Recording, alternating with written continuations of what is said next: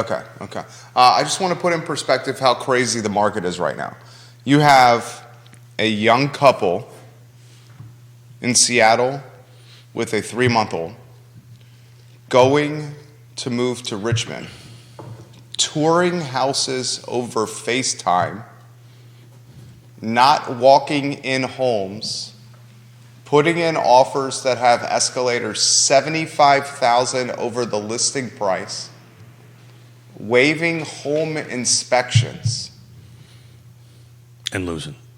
and now 0 for 11 in that approach of trying to buy a house. Yeah, so 0 for 11. So to your definition of insanity, This is crazy. This is where you bring in your pros. I totally get that. You bring in Scott, right? You bring in ISC, right? It's a service company and say, hey, this is what I've got to do to the house. What do you think this is going to I guess what I was trying to do is the average person who owns a home may not realize how crazy the market is. And the only reason I know how crazy the market is is totally because I'm around you guys. So your average buyer, and that's part of that's part of the inventory lockup. Is people don't understand the value of what they could get if they decide to list. No matter how many mailers show up in their mailbox right now, because knocks on the door. Knocks on. I mean, that's happening, but it's not moving the needle because I just don't think that I don't think they understand how tight inventory actually is, and how many people are out there who truly need. Most. The buyers that are coming to market are these are need tos. These aren't want tos. So these are people who I need to sell my house and get out into something else. I need my family is growing. That's what we're seeing.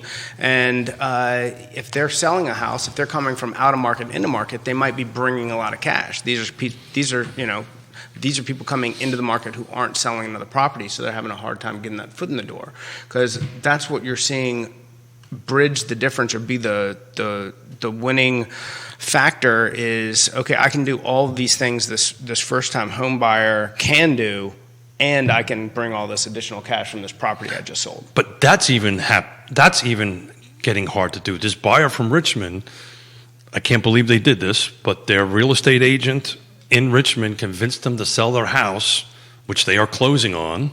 The buyer in Richmond who's bought the house that your daughter wanted? No. Okay. This is a different buyer. This is the one that I showed last night. Okay. That they didn't. They're going to walk out with about $800,000 in cash.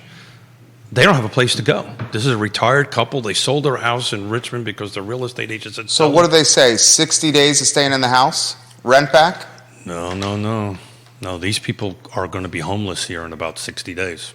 So they're playing the game of life roulette of here's $800,000 in my bank account. And give me a place to live. And their answer is, I'll just go rent something and put it in storage and wait for something to come up, which is what a lot of buyers are out there right now selling it. This is the first time I've heard it from Richmond going this way, by the way.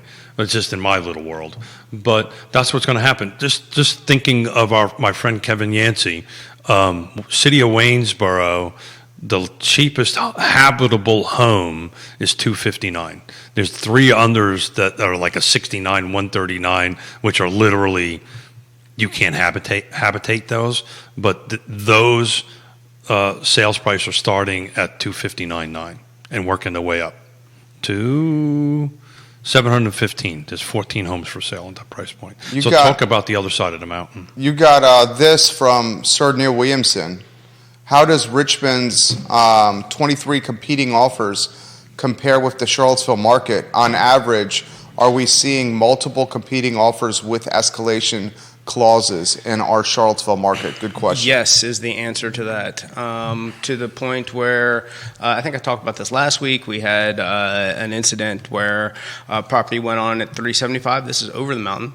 And all the offers escalated to $400, so basically they just Monday morning, without accepting anything, came back on and said, hey, $400 is the new price, bring me your new highest and best finger guns.